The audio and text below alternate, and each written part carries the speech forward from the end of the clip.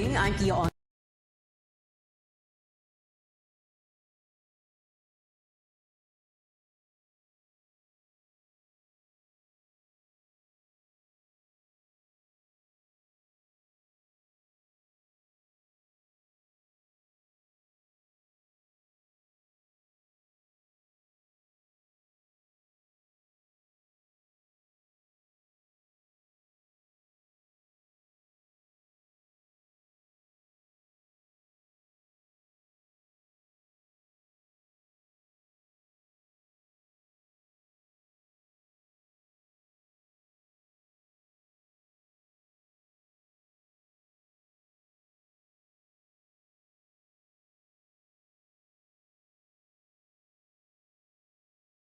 Projected to decline further. Is it possible to place the region under a more relaxed alert level next month? Caroline Bonquin tells us what health officials think. Daily COVID-19 infections in Metro Manila dramatically rose from only 90 on December 23rd to 3,359 on January 2nd to a record high 18,700 by January 10th. Independent research group Octa says this is the peak or the highest number of cases in this surge. As quickly as they spiked, the numbers in Metro Manila were substantially down to only 5,400 on January 23rd. And the health department is now confirming COVID-19 cases in the region are on the decline. But we are still very cautious because we know that there are a lot of individuals that are using antigen tests at home and even in the local governments that are not being reported to the DOH. And also there are a lot of individuals currently who are sick, opts to isolate and without being tested. In NCR, we're roughly seeing the same similar pattern with South Africa. It was a rapid increase followed by a decrease, almost as rapid but not as rapid. Ganun din sa NCR, we saw a rapid increase followed by a decrease. In addition, Octa says cases in neighboring Bulacan, Rizal, and Cavite are also going down. On the other hand, Angeles, Lucena, Olongapo, Baguio, and Cebu cities are nearing the peak. And cases could still go up in other provinces. Patterns will probably follow in general, pero each region has unique properties, different vaccine coverage. Kasi isang factor dito yung vaccine coverage, isang factor yung mobility, yung alert level. Octa projects COVID-19 cases in Metro Manila may decline to 1,000 by Valentine's Day and to less than 500 a day by end of February. And this wave of infection might end by March or April. Despite this upbeat outlook, the health department says it is not yet inclined to recommend easing restrictions in Metro Manila. We will need to review the metrics. Hopefully, lahat ng ginagawa natin ay nagiging epektibo at sana maging tagumpay para talaga maibaba natin to 3 or double-digit cases ang Kamaynilaan para matibay ang batayan for de-escalating to alert level 2. Kung nasa 2,000 cases per day pa tayo by first week of February, baka masyado pang premature na ibaba agad to alert level 2. Mas mabuting siguraduhin na nating bumaba at bumagsak ng bilang ng kaso tulad na nakita natin noong October to November to December, siguro bago tayo magluwag. The IATF is meeting on January 27th to decide on alert levels in Metro Manila and the rest of the country. Aside from the number of cases, the government is also monitoring hospital care use, infection rate, and the number of people infected per 100,000 population. Caroline Bonquin, CNN Philippines. The 5-day vaccine drive for commuters and drivers kicked off at a public transport terminal in Parañaque today. The initiative aims to bring vaccination sites closer to the public. Chrissy Di Matulak brings us up to speed. The government is wrapping up its vaccination drive for the country to achieve herd immunity. The Transportation Department, the Metropolitan Manila Development Authority, and the Health Department have all teamed up with the Parañaque Integrated Terminal Exchange for the vaccination of commuters and drivers of public transport in the terminal. The We Vax as One mobile vaccination drive for commuters and transport workers will run for 5 days from today, January 24 to 28. AstraZeneca's COVID-19 vaccine is administered as first, second, and booster doses. Just by placing this station sa mga strategic area na very convenient sa ating mga kababayan, mas lalong ma-encourage sila magpabakuna ng mabilisan, no? At nakita mo, ang bilis lang, wala pang 5 minutes tapos kagad ang proseso. Dadamihan pa po namin ito. Pauwi na ako ng Bacoor, mas may libre daw. Tsaka hindi pa ako naka-schedule doon sa Bacoor, kaya dito na lang po ako nagpa-booster. The mobile vaccination drive aims to inoculate 500 individuals per day. From 8 a.m. until 12 noon, walk-ins are allowed. Those who will be receiving their booster shots will be given priority. The government is eyeing to tap more establishments as locations for the vaccination drive. This is to make inoculations more accessible to the public, especially with the implementation of the no vaccination, no entry policy in public areas and transportation. Chrissy De Matulak, CNN Philippines. The Labor Department now accepting applications for its one-time cash assistance for displaced and affected workers in areas under Alert Level 3 and 4. Our Tristan Nadalo reports. Private sector employees who are affected by tighter restrictions under Alert Level 3 or higher may start availing the 5,000 peso cash aid of the Labor Department starting this week. The assistance will cover employees who have been laid off from businesses that have been closed either permanently or temporarily. Government employees, foreign nationals, and tourism sector workers are not covered by the cash assistance. Beneficiaries of the aid program can apply through the DOLE website at www.reports.dole.gov.ph. The worker must submit a personal photo showing a valid government ID and notarized proof of unemployment. Approval of application may take up to 3 working days and cash will be sent to remittance centers. The rationale dito kasi pag alert level 3, medyo yung capacity ng work at saka yung business limited. Like for example, ang restaurant under alert level 3, kapag ka-dine-in, kailangan 30% capacity lang yan. So definitely, yung owner ng restaurant, magre-reduce yan ng workers. O yung mga mateterminate, although temporarily, mabibigyan ng ayuda. The government estimates that up to 25,000 workers have been affected by the imposition of Alert Level 3 in many areas nationwide. Tristan Udalo, CNN Philippines. A recent study by the Science and Technology Department shows virgin coconut oil, or VCO, helps treat mild to moderate COVID-19. But the agency clarifies it's only an additional supplement to ease symptoms. Stanley Gahete has the details. Mark Lester believes that the medicinal benefits of the virgin coconut oil, or VCO, help alleviate his mild COVID-19 symptoms. It somehow helped, no? Kasi merong parang soothing feeling din kapag nagte-take ka ng VCO. Napaka-importante na yung medicines natin, yung mga tinitake natin para gumaling, science-based. A recent study by the Food and Nutrition Research Institute of the Department of Science and Technology shows that taking VCO promoted faster recovery among COVID-19 patients with mild to moderate symptoms. The study says VCO significantly lowers the C-reactive protein, or CRP, which is a biomarker for inflammation and infection. Ngayon, yung mga nag-perform sa amin ng clinical trials, halimbawa yan sa VCO, ay nakikipag-usap sila sa kanilang counterpart researchers sa ibang bansa na subukang magkaroon din sila ng trials. Tapos maraming ebidensya at trials ay mas magandang makakumbinse sa scientific community. In the study, mild symptoms in 18% or 7 out of 39 COVID-19 patients who took VCO began to ease at day 2. Signs and symptoms of all patients had disappeared at day 14. Meanwhile, all patients who did not take VCO were cleared of COVID symptoms only at day 26. Ang aming ine-emphasize, ito ay adjunctive therapy or makadadagdag sa pagpapabilis ng resolution ng symptoms at sa pagbaba noong marker ng infection. Virgin coconut oil continues to undergo extensive testing by DOST as an adjunct therapy in managing COVID-19 symptoms, along with other products like Lagundi and other possible means to combat diseases in the time of the pandemic.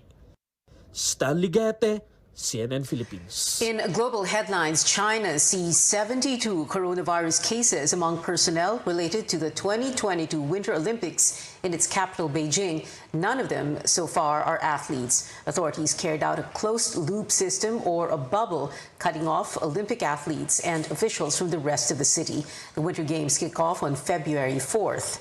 Well, speaking of China, the East Asian giant showed off its military might on Sunday, sending 39 warplanes into Taiwan's air defense zone. That's after the United States and Japanese navies put on a massive show of force in the Philippine Sea. The U.S. Navy said they were training to protect a free and open Indo-Pacific region.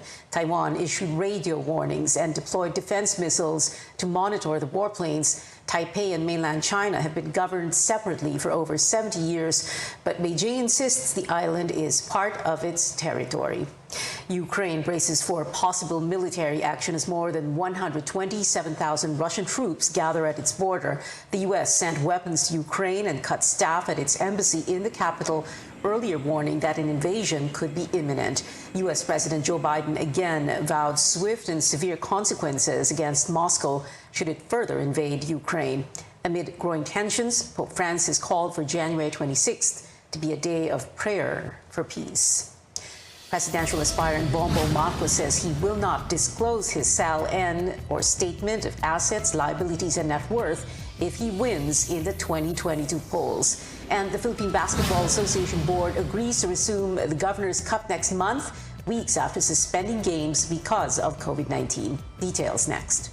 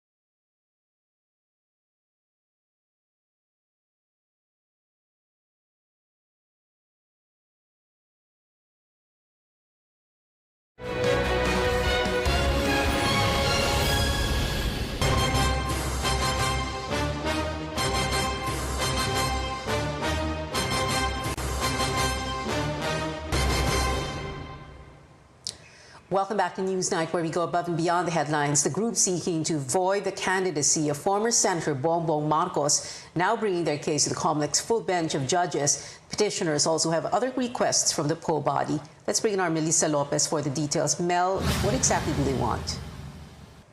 Pia, a human rights group represented by lawyer Theodore Te, has asked the 7-member COMELEC and bank to reverse last week's decision, junking their bid to block the presidential run of Bongbong Marcos. They also asked the poll body not to include Marcos's name from the ballots, though ballot printing already started over the weekend, and his name is among 10 presidential bets. The same group asked 3 COMELEC commissioners who are part of the division to inhibit from the review. They are Commissioners Socorro Inting, Antonio Co, and Ray Bulay. Tess Camp accused them of being biased in Bongbong's favor. Tess says the poll officials sound impartial and confrontational in their 32-page ruling last week. The group is claiming grave abuse of discretion when all 3 sided with Marcos and, quote, demonized the human rights defenders. If granted, there will only be 4 members left on COMELEC's full bench, but 3 of them are also retiring next month, including Chairman Sherif Abbas. And Commissioner Inting will serve as acting poll chairman. She happens to be the writer of the decision now in question. Tess Camp also argues that the division was wrong to say that Marcos can run because the Court of Appeals did not impose upon him a perpetual ban from holding any government post. They claim such punishment is automatic for any violation of the tax code. Petitioners also insist that the commissioners made a mistake when they said that Bongbong did not deliberately lie in his COC to say he is qualified to run, despite knowing that he was previously found guilty for not filing his income tax returns. We have yet to hear when and how the poll body will tackle this appeal. Pia. Mel, is there an update on the COMELEC's plan to hold debates? And do they have the power and are they going to exercise that to require candidates to attend? Actually, COMELEC spokesman James Jimenez clarified over the weekend that while attending these public debates is not mandatory, candidates know just how big an opportunity it is to show their capability in answering or addressing national issues and in explaining their platforms of government. As of now, the poll body is still finalizing the rules and format of these debates, which we can expect the first COMELEC sanctioned event by the end of February. Pia, back to you. Melissa Lopez there reporting. Still on Marcos, the former senator does not plan to release his statement of assets, liabilities, and net worth, or SALN, to the public if elected to the country's top post. Marcos says the SALN can be weaponized by political rivals, citing the case of former Supreme Court Chief Justice Renato Corona. The remarks come even if Marcos had previously said he would be willing to publicize his SALN. Lahat ng politiko may kalaban eh. Makakahanap yan, gagawa ng issue ang kahit na walang issue. We have to be more protective. You know, the SALN is actually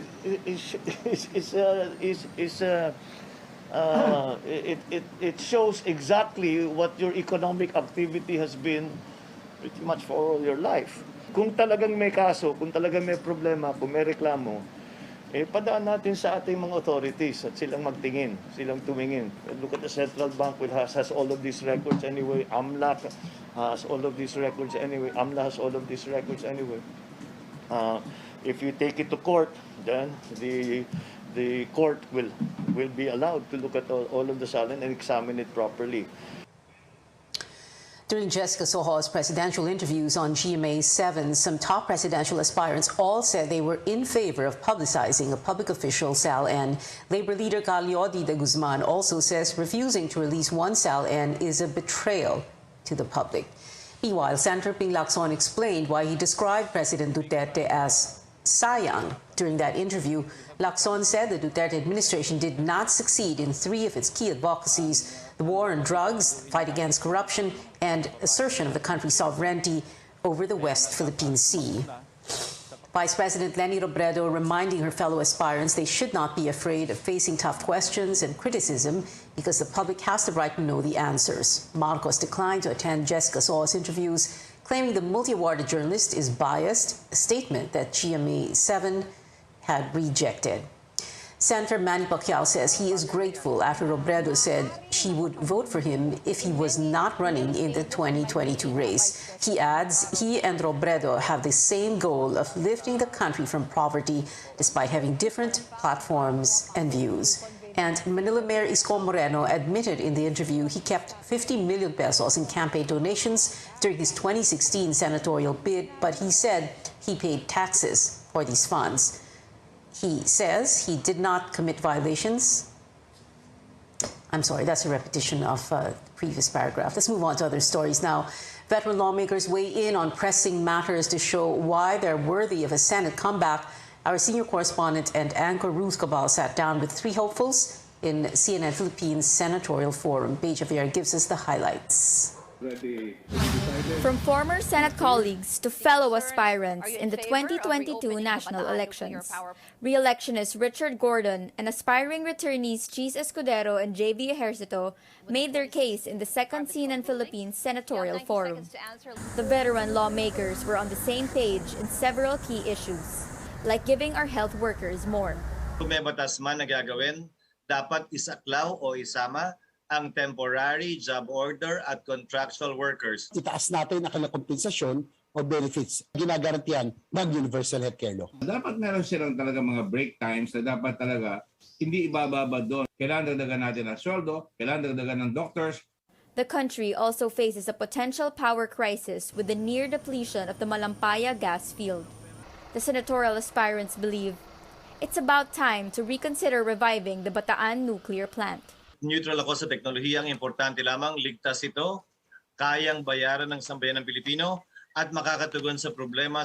Kaya ngayon pa lang, dapat tutukan na yan. Dapat tingnan natin ang cost-benefit analysis. Makakabuti ba yan? Kung this is a nuclear plant, I'm in favor of it in terms of magagamit natin yan.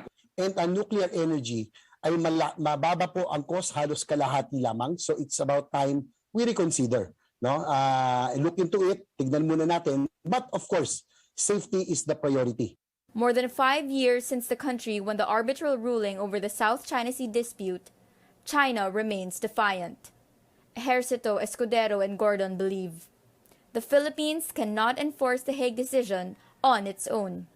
We can have forge alliances with Australia, United States, Japan, ASEAN neighbors in trying to maintain a zone of peace and free travel. We cannot deal with China one-on-one. Kailangan kasama natin ang ASEAN, kailangan kasama natin ang ibang bansa.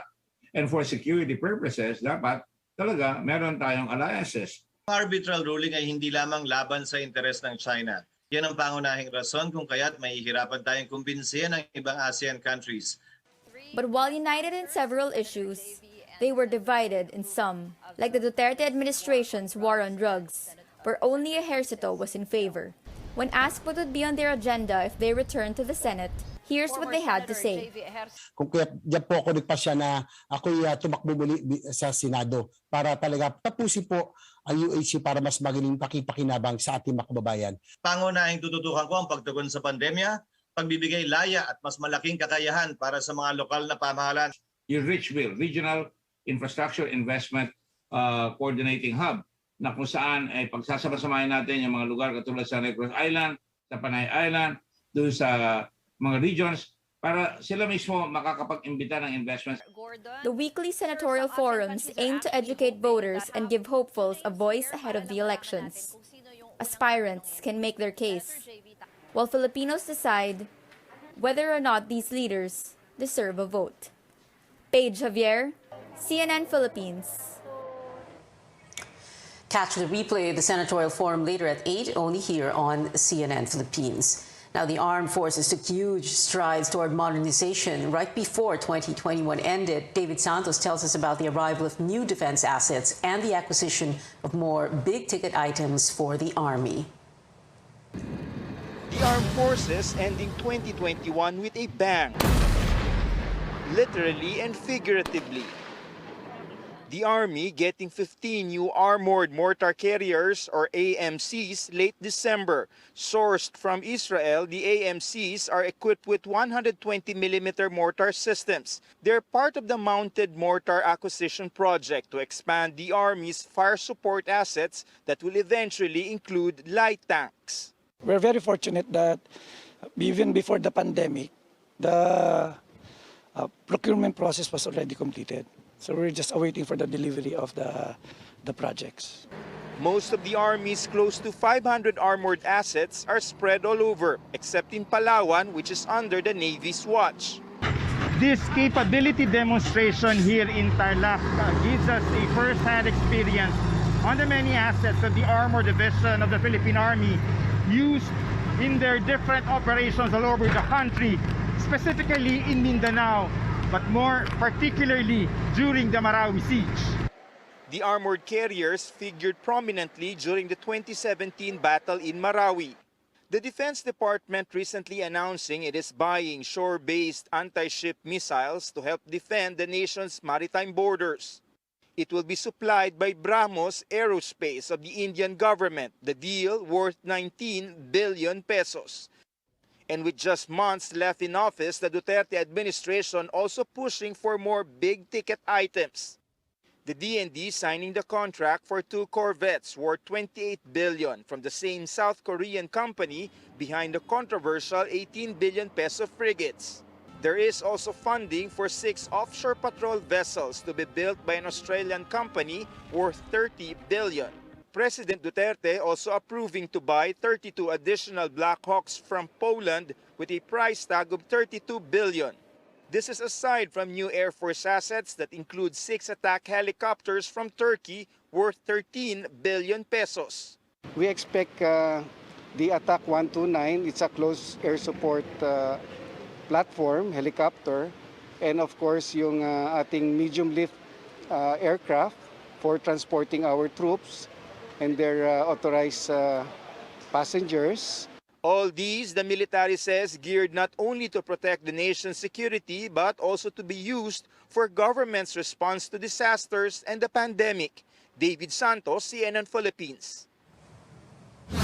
Coming up on Newsnight, updates on the much-awaited Miss World pageant with the announcement of the top 40 list. And Adele tries to heal fans' heartbreak after rescheduling shows through a surprise over the phone. Details when we return.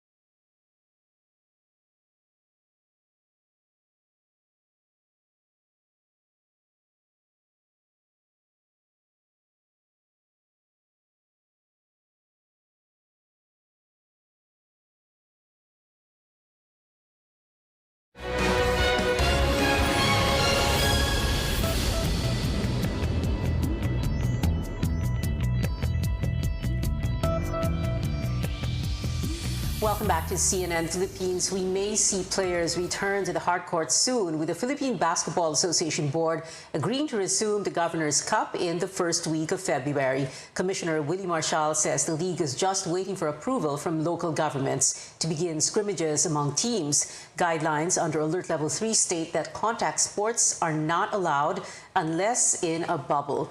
PBA suspended games earlier this month because of rising COVID-19 infections. Now, the race for the Miss World crown is heating up, with a list of top 40 candidates already out. The country's bet, Tracy Maureen Perez, is among them as one of the 15 fast-track winners. This comes after her triumphs in the Beauty with a Purpose and head-to-head pre-coronation challenges. With this, Tracy also advances to the top 30. Pageant body announced that only the top 40 will grace the Miss World stage in Puerto Rico this March 16. But they're hoping all countries will still join Coronation Night online. Now, after postponing concerts in Las Vegas in the United States, Adele made it up to some fans with a once-in-a-lifetime treat, a personal video call. James Mason Fox, who flew in from Nashville for the show, posted a TikTok about his frustration over the rescheduling.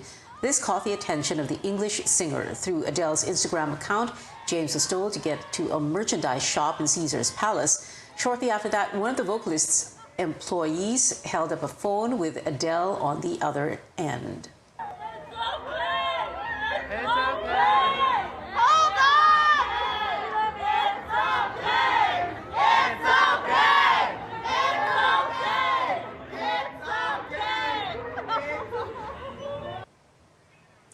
hotels shows under her Las Vegas residency were moved because of COVID-19 cases among her team. And that is it for now. Join me again on news.ph at 7 p.m. I'm Pia Ontiveros for Newsnight, where we go above and beyond the headlines.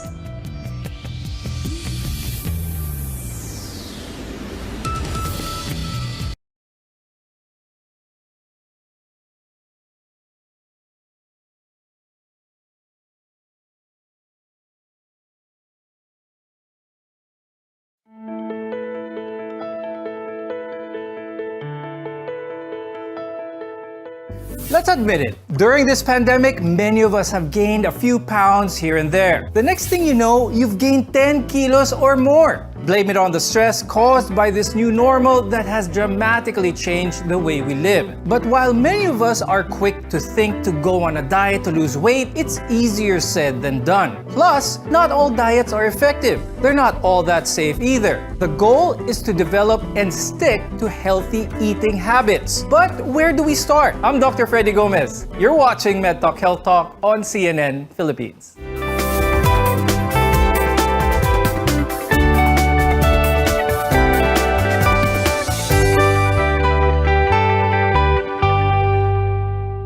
While food intake and exercise are key components of weight loss, hormones and metabolism play a major role in all of this. This is why it's important to seek medical advice before going on a diet. Joining us on the program today are Dr. Jan Di Pasupil.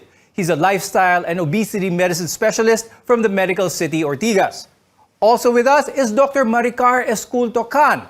She's an internal medicine specialist and the nutrition section chief of the Makati Medical Center. I've heard many people saying that they've gained weight since the pandemic started, and it's not just their imagination, it's a real thing. I'll start first with Dr. Jan.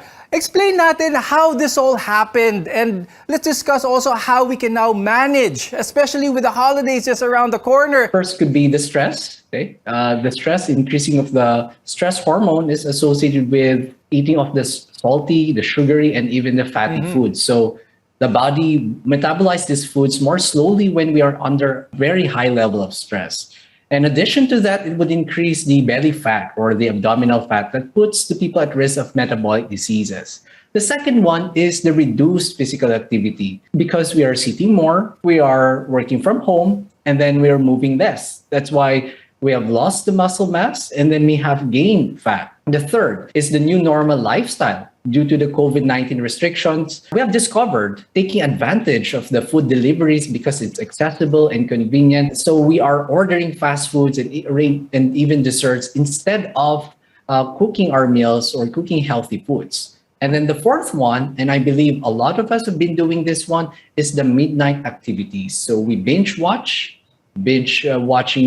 TV series, movies that may potentially snack after the dinner and could lead to inadequate sleep. Now, Dr. Maricar, let's revisit the overall food choices and eating habits of the average Filipino that may contribute to weight gain. So during this pandemic, kasi a study was actually conducted by the Food and Nutrition Research Institute, so that was 2020, which showed that they found out that the typical diet of Filipinos, aged 19 to 59 years of age, is comprised mostly of rice, fried pork and fish with a little vegetable.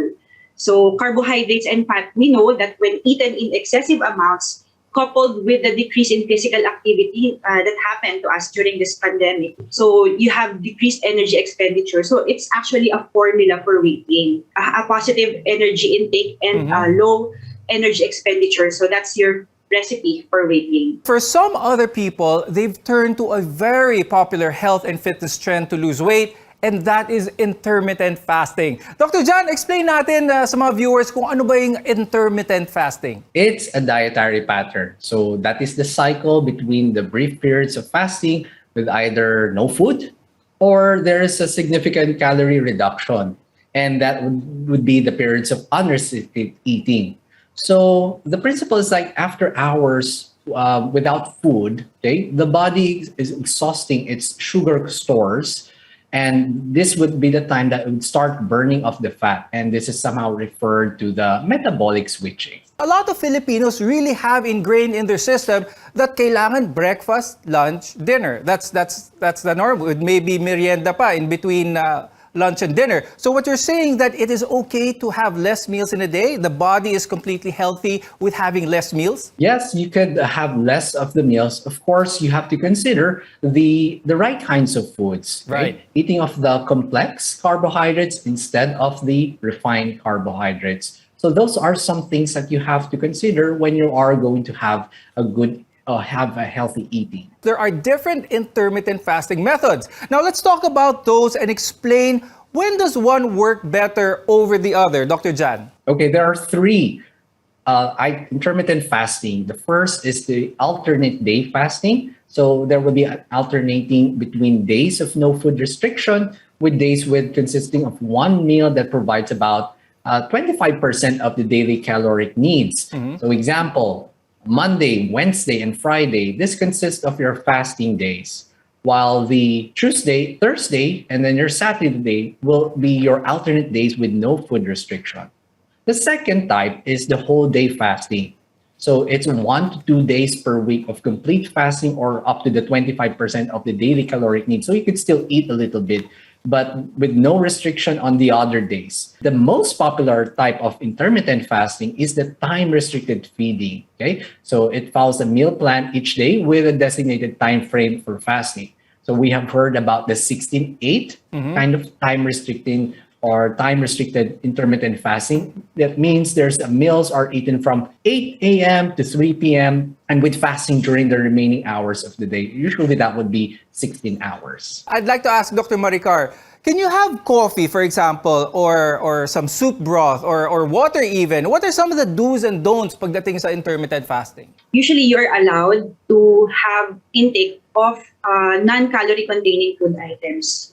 That includes your coffee and your clear broth. Okay, so in terms of the do's and don'ts, so we always remind that even if you're doing the intermittent fasting, you need to make sure that you still meet your required protein and micronutrient requirements. Okay, so including fruits, vegetables, and high quality protein during the feast hours. So yun yung reverse kasi niya, the fast and the feast hours. And at the same time, you should also be cautious of the total intake during the feast hours. When we return, we'll talk more about how intermittent fasting works, what happens to the body when you fast, and how it helps with weight loss, among other things.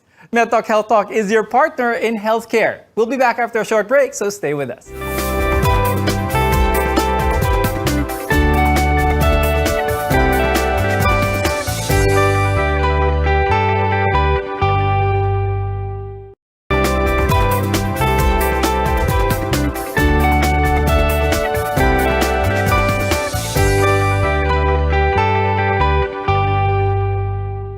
We care for the growing needs of our community. You're watching MedTalk Health Talk here on CNN Philippines. I'm Dr. Freddy Gomez. Intermittent fasting isn't about skipping meals now and again, nor is it about starving yourself. It's also not a solution for weight loss for everyone. That's why seeking advice from a healthcare professional, from a nutritionist, or your weight management specialist is very important. When you don't eat for a while, there are a number of things that happen in your body, including fat burning.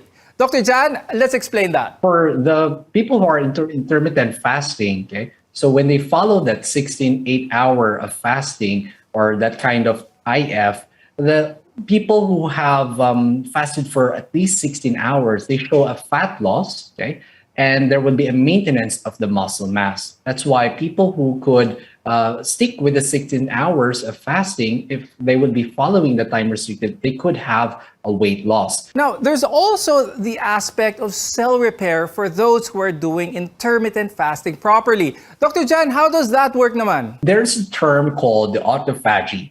So it's a process of removing the old cells, repairing the damaged cells, and replacing it with new and healthier ones. So with this cell repair, it would prevent the toxin accumulation in the damaged cell and removing the harmful material and somehow preventing the infected cells from gathering. Now, I'd like to turn to some of the most common diet mistakes naman. First is one food wonders with instant results. Dr. Maricar, dito naman tayo. There are diets out there that call for several things, for eating maybe only cabbage or drinking only vegetable juice. What are your thoughts on this? Actually, Doc Freddy, those diet plans that you have mentioned are called fad diets. Okay, so what are fad diets? They are usually short-term popular diets that promise dramatic weight loss results. Okay, so a typical characteristic of fad diets is the over-restriction of certain important macronutrients in the diet that may have detrimental effects in the body. Okay, so some fad diets even require the client to purchase certain products or supplements. So sadly, fad diets take advantage of a person's desire for a quick fix, okay, and use it as a marketing strategy. So as health and proper nutrition advocates, we always remind the public to be discerning and consult a nutrition professional or an expert if they have weight loss concerns. How about the fat-free, carb-free, sugar-free diet? How about these naman, Dr. Maricar? Let's start with carbs first. Do we really need to snub carbs altogether? Carbohydrate is an important part of our diet. Okay? So it's an important macronutrient because it is our major source of energy. So we should remember that not all carbohydrates are the same. Okay? So we have your complex carbohydrates, which confers most of the beneficial effects. And you also have the simple carbohydrates, where the simple sugars belong. So usually, for example, in patients with diabetes, we recommend for the limitation of the simple sugar proportion. Okay? So if you are talking about a sugar-free diet, usually this diet is basically about limiting the consumption of carbohydrates in the form of simple sugars, such as sucrose, which is our usual table sugar, and any other food item that use added sugar in their preparation. So examples of that are candies, cakes, cookies, soft drinks, and other sugar-sweetened beverages. What's healthy? What should our viewers know when it comes to these alternatives? What's not healthy? At bakit kaya? Kasi a lot of people use coconut sugar, maybe some stevia, or even honey as alternatives to refined table sugar. Ano yung suggestion nyo, Dr. Maricar? Which should our viewers use? People who are trying to eliminate sugar in their diet turn to the so-called artificial sweeteners or sugar substitutes. No? Sometimes they may also be referred to as your non-nutritive sweeteners because they do not provide additional calories or carbohydrates. Okay, so using sugar substitute does not make an unhealthy choice healthy. So you should remember that. So it just makes such a choice less healthy. So in terms of choosing which type, you still need to be familiar with the particular nutrition fact information of the certain sugar substitute that you plan to use. So sometimes kasi they still contain a little calorie. So that should be taken into consideration when you plan your overall diet. So Dr. Maricar, what's your take on these zero-calorie, sugar-free sodas? Are they actually healthier? Is it healthier to drink than regular soda? Does not make it healthier. It just makes it less unhealthy. But the problem with allowing patients to be liberal in terms of their intake of sugar-free carbonated drinks, it tends to displace the sufficient intake of water, which is the best option actually if you want to give your body proper hydration.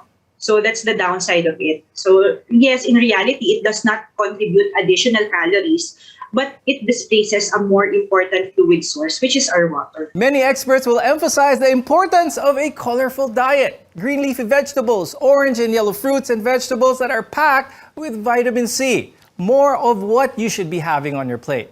MedTalk Health Talk is your partner in healthcare. We'll be back after a short break.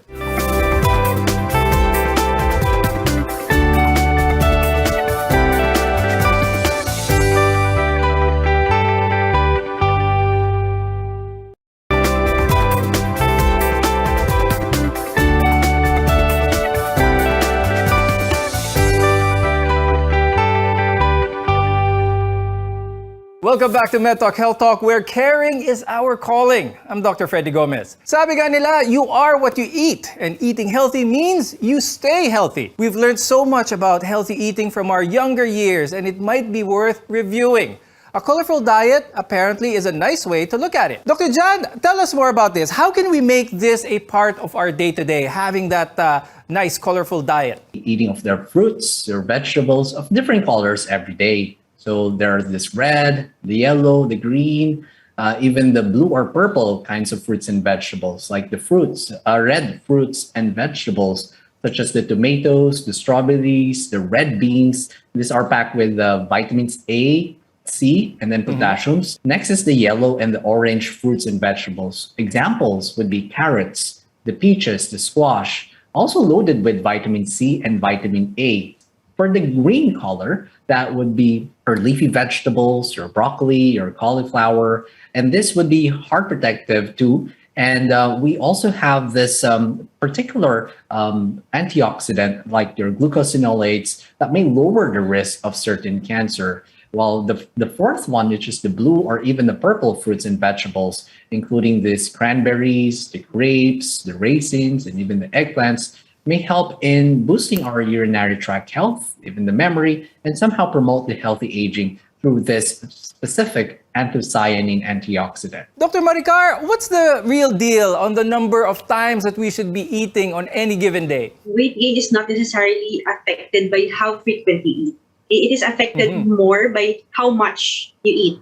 Okay, so the total calorie intake for the day will dictate the effect on your energy balance. So as I have mentioned earlier, if you are eating more than what you expend or burn during physical activity, and you have a consistent positive energy balance, that will result to weight gain. Now, in terms of the frequency, actually, it will depend on what is applicable for your condition, because there are patients, for example, they benefit more if their daily intake is distributed throughout the day with snacks. Okay, so for example, patients with diabetes who are on insulin, so they need to have a constant supply of substrates in their body. So it will really be more, if you're concerned about weight gain, the main factor is the total calories, not the frequency of the meals. What can you say, Dr. Maricar, about those who decide on their weight loss strategy by eating one big meal just for the whole day? Isang malaking meal lang for the entire day, and they feel that they will lose weight with this. What's your take on that? Almost similar to doing the intermittent fasting, right?